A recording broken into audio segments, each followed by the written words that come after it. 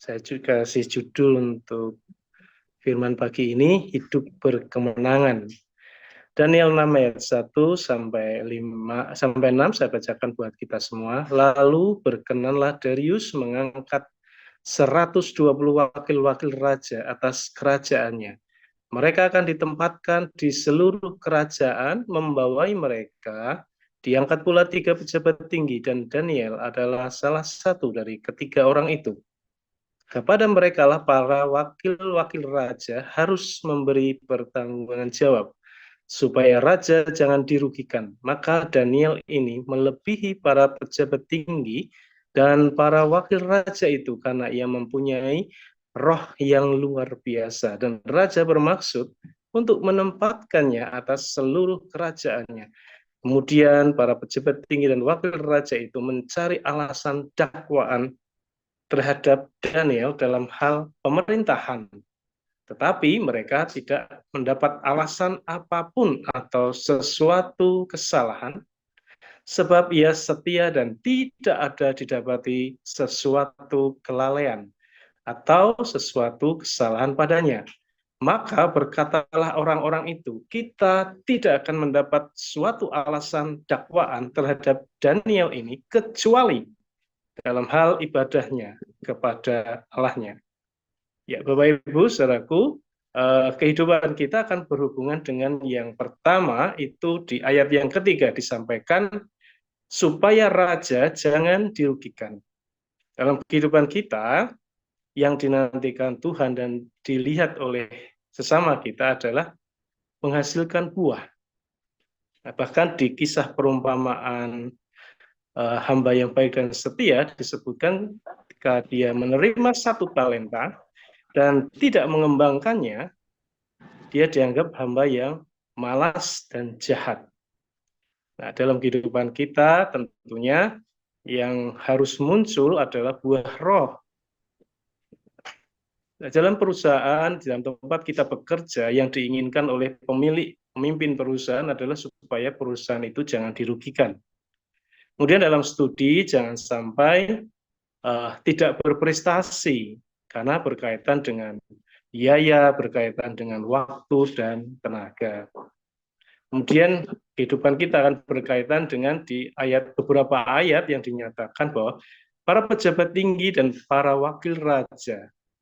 Tentunya setiap kita akan bertemu dengan orang-orang lain, orang yang bekerja, orang yang studi, yang berkomunitas. Pastinya kita akan berinteraksi dengan orang lain, dan ada satu masa akan muncul persoalan karenanya, bahkan sampai kepada hal yang tidak menyenangkan. Kemudian ketiga, kehidupan kita akan berhubungan dengan ayat yang keempat. Maka Daniel ini melebihi para pejabat tinggi dan para wakil raja itu karena ia mempunyai roh yang luar biasa. Yang menjadi pembeda kita dengan orang-orang dunia adalah ketika kita sejak menjadi percaya kepada Yesus sebagai Tuhan dan Juru Selamat, di dalam hidup kita ada Roh Kudus. Dan disebutkan bahwa hidup kita, tubuh kita adalah bait Roh Kudus. Nah, ketika kita menyadari perkara ini, tentunya dari hari ke hari yang diinginkan oleh Tuhan bagi hidup kita, karena Roh Kudus itu adalah pembaharuan akal budi. Nah, ketika kesadaran ini kita memilikinya, maka akan dituliskan di firman Tuhan ini, maka setiap kita mempunyai roh yang luar biasa. Kemudian yang keempat, di ayat yang kelima disampaikan mencari alasan dakwaan. Daniel didapati para wakil raja dan para pemimpin yang lain berusaha mencari alasan dakwaan kepada Daniel. Nah, Bapak Ibu, saudara yang dikasihi Tuhan, kita sadar bahwa kehidupan di dunia ini kita akan bertemu dengan berbagai karakter manusia. Ada iri hati, ada konspirasi mungkin, ada ketidakadilan yang kita akan jumpai. Karena semuanya mencari seperti Daniel, dicari-cari kesalahannya, dicari-cari kelemahannya. Ya, mungkin kita sedang menghadapi situasi yang demikian. Hal yang kelima, di ayat yang kelima, tetapi mereka tidak mendapat alasan apapun atau sesuatu kesalahan. Sebab ia setia dan tidak didapati sesuatu kelalaian atau sesuatu kesalahan padanya. Baik Bu, saudara yang dikasihi Tuhan, Daniel contoh integritas dan kesetiaan yang luar biasa. Dia tidak ada kesalahan sedikit pun, bahkan disebutkan dia tidak didapati satu kelalaian pun dalam dia bekerja. Di dalam melayani Allah kita mendengar bahwa Daniel ini memiliki hubungan yang intim dengan Tuhan. Jadi seperti Daniel, meskipun menghadapi tantangan dan konspirasi, adalah bagaimana sikap hidup kita yang terus konsisten dalam integritas dan kesetiaan di dalam Tuhan. Ya, ini tentunya relevan bagi setiap orang percaya di lingkungan sekuler yang kita hadapi. Ada godaan, ada kompromi, dan lain sebagainya. Apakah kita menurunkan grid hidup kita? Tapi Daniel menjadi contoh yang luar biasa. Ada integritas, ada kesetiaan yang dia kerjakan. Nah, kita akan belajar tentang kunci kemenangan Daniel. Kita dapati di ayat yang ke-6.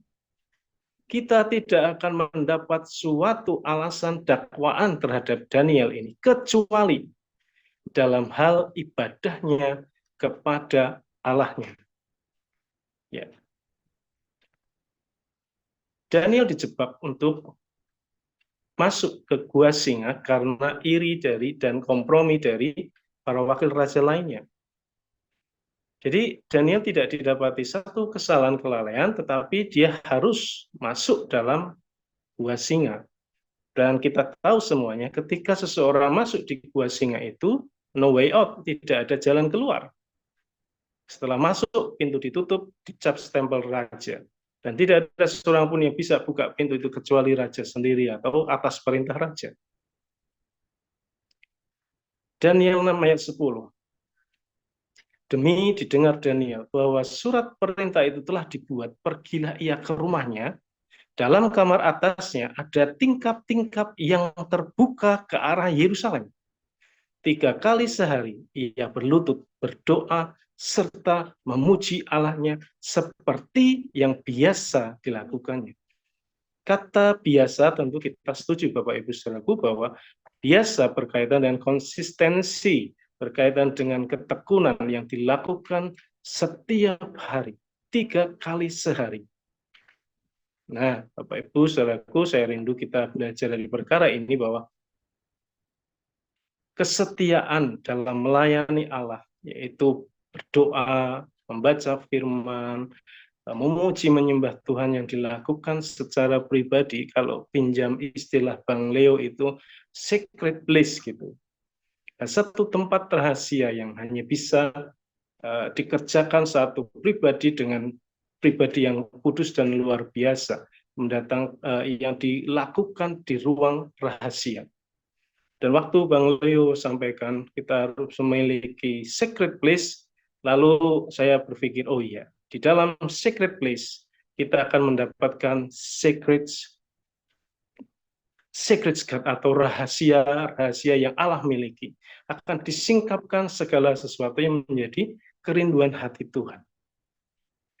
Nah, perkara-perkara rohani yang dibangun dalam kesetiaan akan menjadi penentu adanya jalan keluar secara supranatural.